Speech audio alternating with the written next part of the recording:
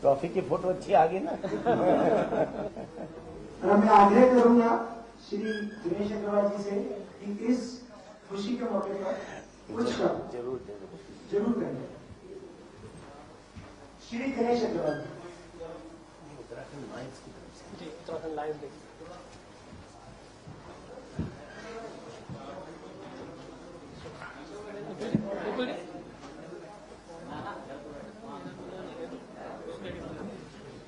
आज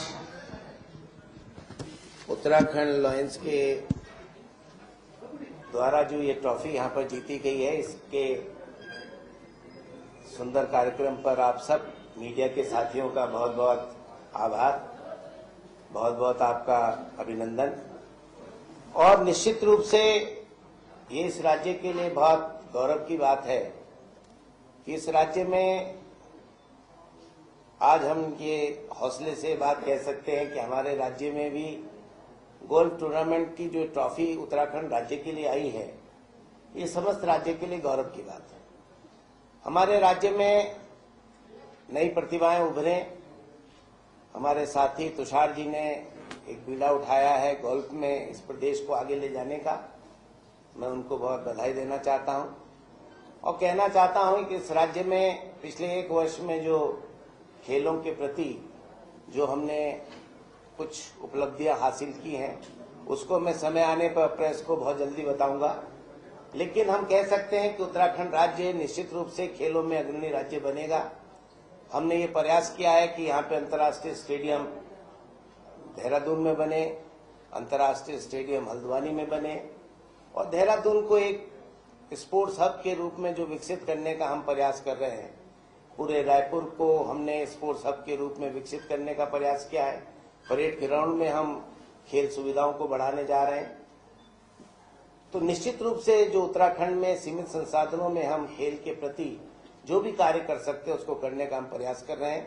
हम हॉकी का, एस्ट्रोटर्फ, फुटबॉल का और सिंथेटिक ट्रैक, बहुत सारी चीजें हम लेकर आ रहे हैं। मैं बहुत शीघ्र प्रेस के सामने उन सब बातों को रखूंगा।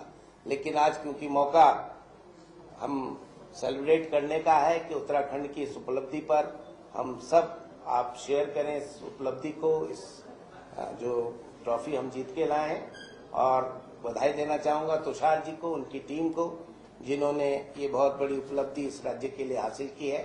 मैं पुनः बहुत शुभकामनाएं देना चाहता हूं और कहना चाहता हूं कि भविष्य में और भी खेलों के प्रति जो उनकी रुचि है, जो उनका लगाव है, वो निश्चित रूप से उत्तराखंड राज्य में अपनी जो सेवाएं हैं वो इस उत्तराखंड राज्य के लिए देंगे, ऐसी मेरी आशा है। और निश्चित रूप से ये राज्य खेलों के अंदर एक अग्रणी राज्य बनेगा।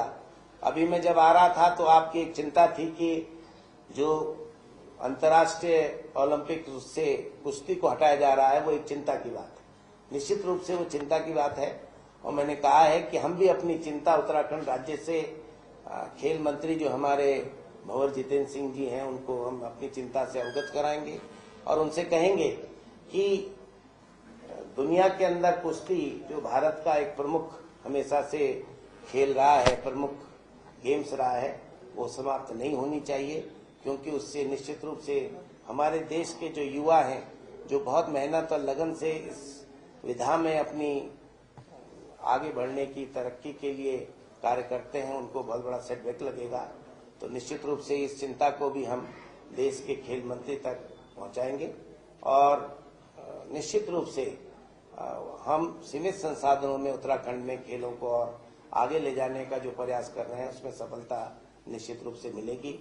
मैं आप सबका पुनः अभिवादन करता हूं और धन्यवाद। निश्चित रूप से हम सीमित संसाधनों में उत्तराखंड में खेलों को और आगे ले जाने का जो प्रयास कर रहे हैं उसमें सफलता निश्चित रूप से मिलेगी। मैं आप सबका पुनः अभिवादन करता हूं और धन्यवाद देना चाहता हूं। धन्यवाद। Thank you, sir. Now, ladies and gentlemen, I am presenting you.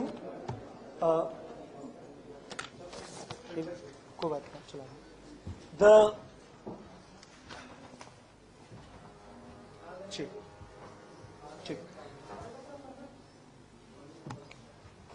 Now I am presenting you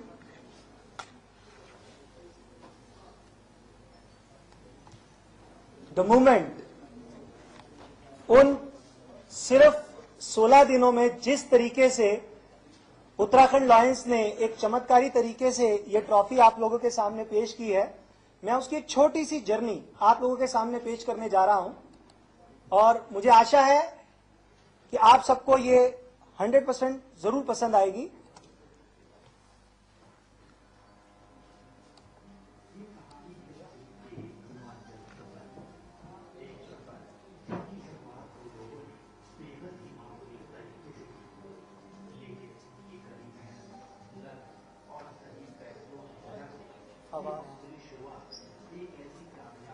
आवाज बढ़ाओ, आवाज।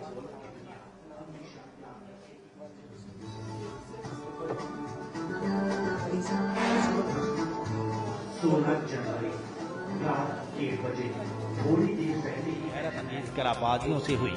इसके तुरंत बाद बेहद चमचमाती हुई खूबसूरत ट्रॉफी को भी खिलाड़ियों, दर्शकों और मीडिया के सामने पेश किया गया। 8 फरवरी खेल का पहला दिन काफी रोमांचक था।